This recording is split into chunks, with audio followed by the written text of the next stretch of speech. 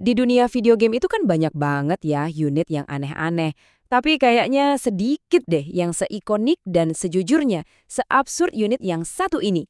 Yuk kita bedah ceritanya. Coba deh, aku mau nanya. Kalau kalian pikirin, dari semua unit yang ada di seri Age of Empires, mana sih yang menurut kalian paling aneh? Paling, kok ada ya unit ginian? Jawabannya mungkin bakal bikin kalian kaget. Jawabannya ya, kemungkinan besar si bom berjalan ini. Betul banget, hari ini kita bakal kupas tuntas soal.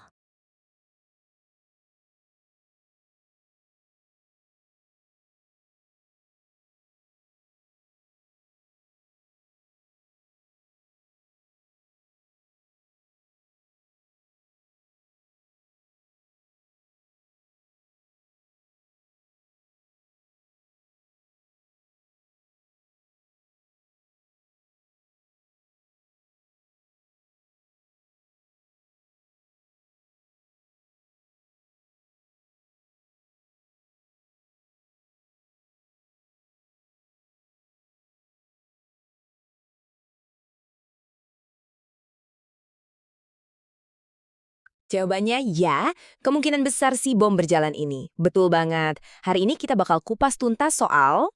Oke, bagian pertama. Kita kenalan dulu sama si Petard ini. Mari kita mulai dari yang paling dasar. Kalau kita lihat definisinya, petard adalah unit pengepungan yang tugasnya cuma satu, meledak.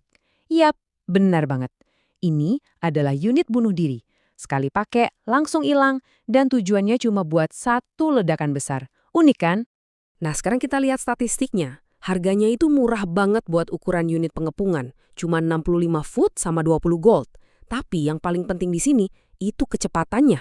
Beda sama mesin-mesin pengepungan lain yang jalannya super lambat, petard ini bisa lari. Dia bisa nge-sprint ke targetnya dengan cepat. Dan disinilah letak kekuatan utama dari si Petard. Dia adalah sang penghancur tembok terhebat. Coba lihat angka ini. Plus 900. Wow, ini adalah bonus damage yang dimiliki petard khusus buat ngancurin tembok sama gerbang.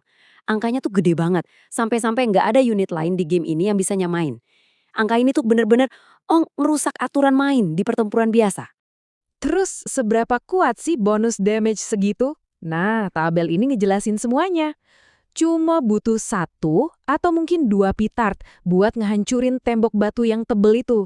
Bahkan castle yang super kuat aja bisa luluh lantak cuma dengan beberapa petard.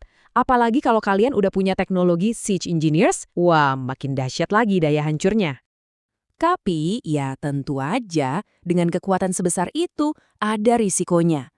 Menggunakan petard itu kayak pertaruhan besar. Kalau berhasil, hasilnya luar biasa. Tapi kalau gagal, ya udah ambyar. Kekuatan petard itu udah jelas ya buat ngancurin bangunan. Tapi dia punya satu kelemahan yang fatal banget. Unit-unit yang nyerang dari jauh, pemanah, penembak, bahkan menara, bisa dengan gampang banget ngabisin petard ini sebelum dia nyentuh targetnya. Jadi, gimana dong cara pakainya yang benar? Kuncinya ada di formasi. Namanya formasi renggang atau staggered. Caranya, sebarin mereka, jangan ngumpul jadi satu. Dengan gitu, tiap panah musuh cuma bakal kena satu petard, bukan langsung kena semua. Ini trik penting banget, biar mereka selamat sampai tujuan. Nah, sekarang kita masuk ke bagian yang paling aneh. Kalian mungkin mikir, unit bom bunuh diri ini pasti cuma fantasi game doang. Tunggu dulu. Ternyata inspirasinya itu dari dunia nyata loh. Jadi pertanyaan besarnya kan, dari mana sih datangnya ide buat unit seabsurd ini? Bom yang bisa jalan sendiri. Siap-siap buat fakta paling kocak hari ini. Nama petard itu ternyata asalnya dari kata Prancis kuno, peter, yang artinya, buang angin. Serius, ini karena suara ledakannya yang keras dan tiba-tiba. Nah, dari sinilah muncul ungkapan terkenal hoisted by his own petard, yang artinya kira-kira senjata makan tuan. Ungkapan ini ngacu ke tugas para bombardir di dunia nyata yang super bahaya.